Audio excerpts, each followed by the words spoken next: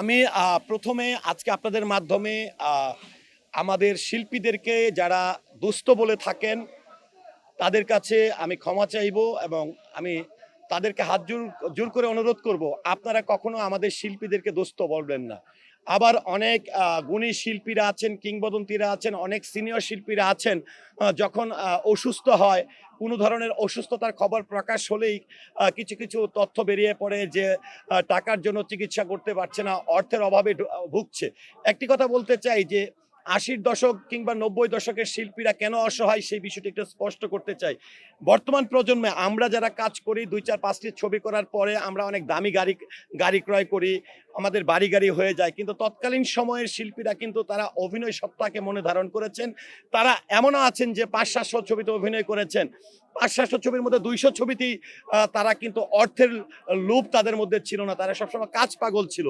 যেই কারণে তাদের পেমেন্ট বা তাদের বাড়ি গাড়ি করতে হবে এই চিন্তা চেতনা না থাকার কারণে এখনকার সময়ে এসে অনেকটা হয়তো বা কষ্টের মধ্যে সময় পার করতে হয়। সেজন্য আমি অনুরোধ করব যেন এই ধরনের কোনো তথ্য প্রকাশ না হয়। আরেকটি জিনিস, সাংগঠনিক সম্পাদক হিসেবে শপথ নিয়ে আপনাদের মাধ্যমে আমি আরেকটি জিনিস অনুরোধ করতে চাই ২ হাত তুলে, যে অনেক সময় সামাজিক যোগাযোগ মাধ্যমে দেখি যে কখনো কখনো নায়ক আলমগীর সাহেবকে মেরে ফেলা হচ্ছে, কখনো শাকিব খানকে মেরে ফেলা হচ্ছে, কখনো আমাদের যারা জীবিত আছেন, অনেক কিংবদন্তি গুণী শিল্পীরা জীবিত আছেন, তাদেরকে মেরে ফেলা হচ্ছে, তাদেরকে নিয়ে কন্টেন্ট বানানো হচ্ছে। তাদের উদ্দেশ্যে একটা কথাই বলবো, এই কন্টেন্ট আজকে কন্টেন্ট ক্রিয়েটের মাধ্যমে আপনারা বাংলাদেশের অর্থনীতিকে সমৃদ্ধশালী করছেন, রেভিডেন্স যোদ্ধা হিসাবে এই দেশের অর্থনীতিকে সমৃদ্ধশালী করছেন এবং এই টাকা আর্ন করে আপনারা আপনাদের পরিবার চালাচ্ছেন।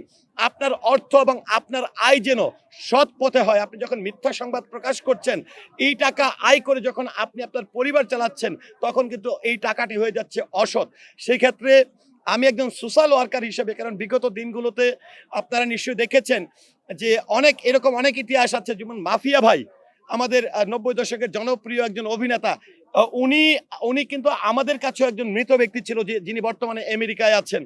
এরকম আমাদের অনেক শিল্পী যারা এখন ক্যামেরার আড়ালে চলে গেছে বা অনেকদিন ধরে হয়তো ইন্ডাস্ট্রির সঙ্গে যুক্ত না, হ্যাঁ, তো এদেরকে নিয়েও এইরকম দেখা গেছে মারা যাওয়ার বিষয়গুলো থাকে।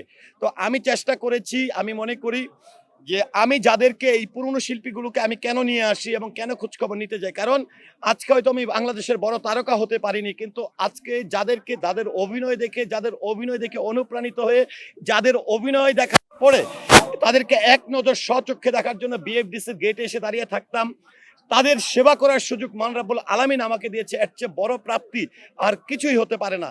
তো আমি একটি জিনিস, যেটি আমি সাংগঠনিক সম্পাদক হিসাবে আমি মনে করি আমার অনেক দায়িত্ব, এবং শিল্পীদের কাছে আমি ঋণী।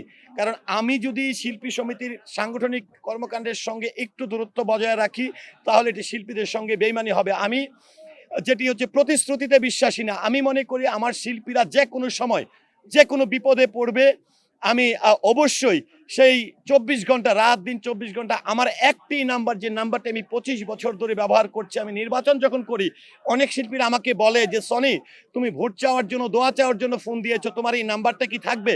আমার নাম্বার ২৫ বছরের মধ্যে কিন্তু কোনো চেঞ্জ হয়নি। আরেকটি কথা বলবো, যে অনেকে আমাকেও প্রশ্ন করে যে আপনি কি কি ছবি করেছেন। আসলে আমরা নিজেরাও অনেকের ছবি দেখতে যাই না।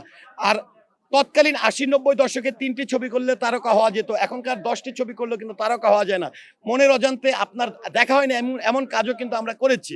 তো সেই জায়গা থেকে আমি একজন বড় অভিনেতা বা চিত্রনায়ক হিসাবে না, একজন সাংগঠনিক ছেলে হিসাবে, একজন সোশ্যাল ওয়ার্কার হিসাবে আমি শিল্পী সমিতির নেতৃত্ব দিচ্ছি এবং আপনাদের কাছে আহ্বান করব, আপনারা সবসময় আমাদের এই শিল্পী সমিতির পাশে থাকবেন, আমাদের শিল্পীদের সঠিক তথ্যগুলো আপনারা প্রচার করবেন। আপনাদের মাধ্যমে যেন আমার কোনো শিল্পীর ভুয়া এবং মিথ্যা তথ্য প্রচার না হয়, সেই রিকোয়েস্টে আমি সকলের কাছে করব।